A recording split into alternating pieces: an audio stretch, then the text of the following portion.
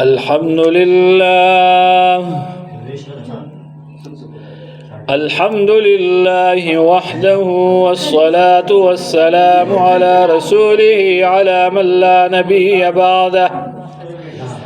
أما بعد فأعوذ بالله من الشيطان الرجيم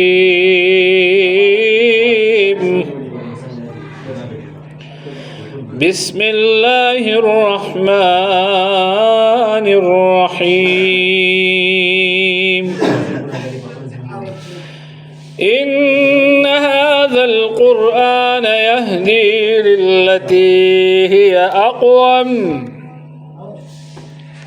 ويبشر المؤمنين آمنت بالله صدق الله مولانا العظيم وصدق رسوله النبي الأمي الكريم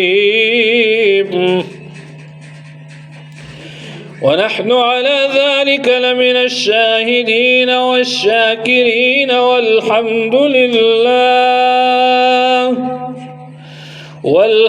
لله رب العالمين إن الله يرفع بهذا الكتاب أقواما ويضع به آخرين وہ معزز تھے زمانے میں مسلمان ہو کر اور ہم خوار ہوئے تارک قرآن ہو کر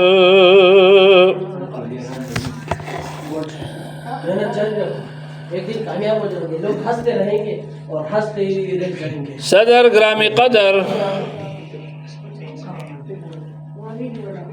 خصوصاً اساتذہ کرام علماء کرام قراء عظام شیوخ نعت خوان حضرات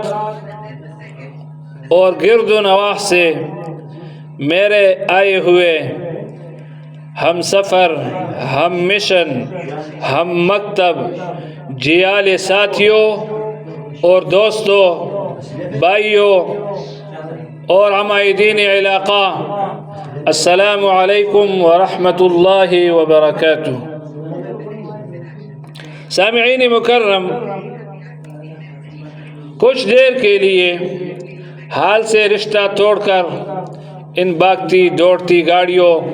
اور ترقی یافتہ دور سے نظریں ہٹا کر 15 صدیاں پیچھے لوٹ جائے، تاریخ کے صفحات کنگالے اور دیکھے کہ دنیا میں کیا تھا۔ ظلمت ہی ظلمت تھی، اندھیرا ہی اندھیرا تھا، ظلم ستم کا دور دور آتا، جور و جفا عام تھا،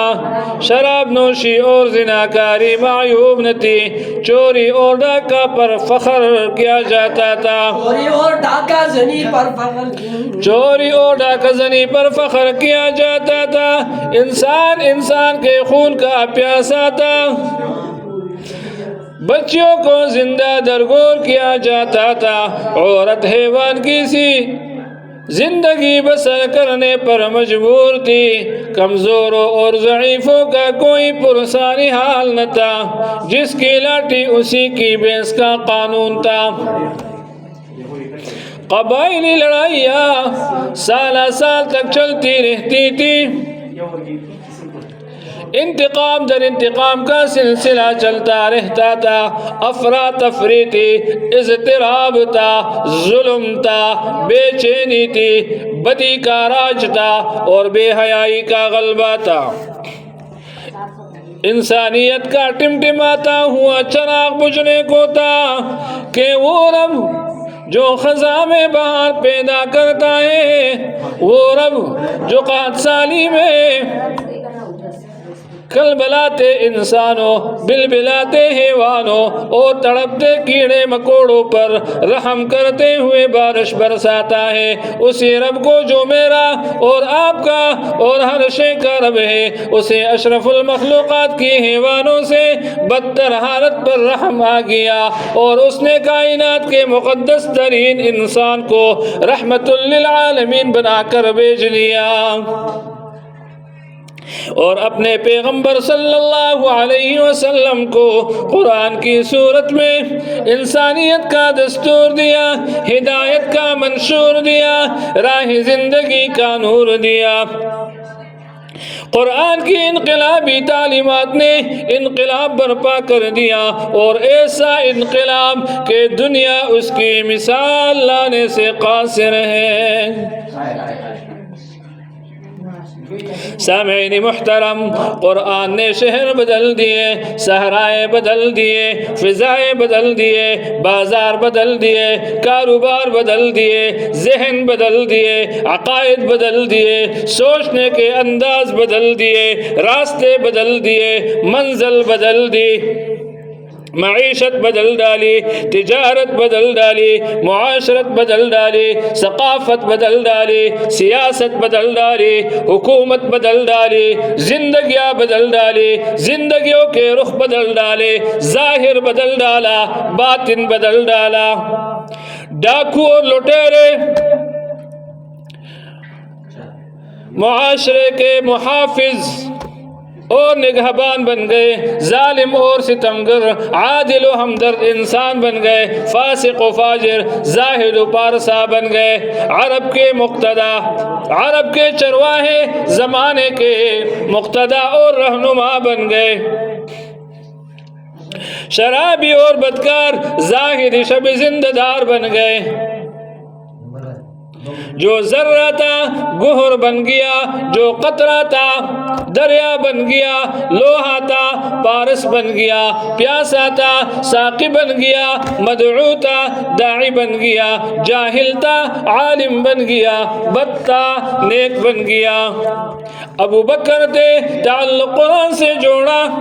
صدیق بن گئے، عثمان تھے تعلق قرآن سے جوڑا، ذوالنورین بن گئے،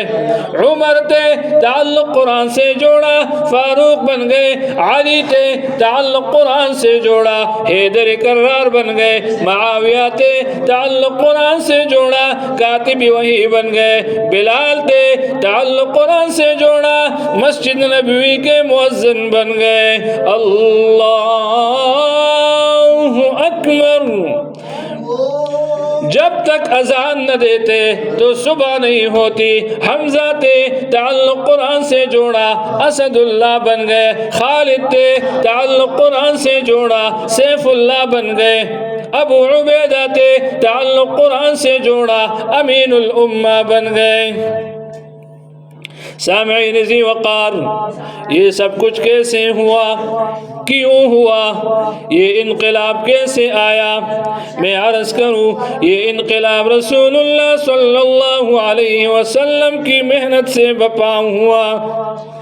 یہ انقلاب قرآن کے پڑھنے سمجھنے اور اس پر عمل کرنے سے بپا ہوا۔ یہ تبدیلی قرآن کی انقلابی تعلیمات کی برکت سے آئی۔ یہ تغیر قرآن کو اپنا امام اور مقتدی بنانے سے پیدا ہوا۔ سامعین و حاضرین،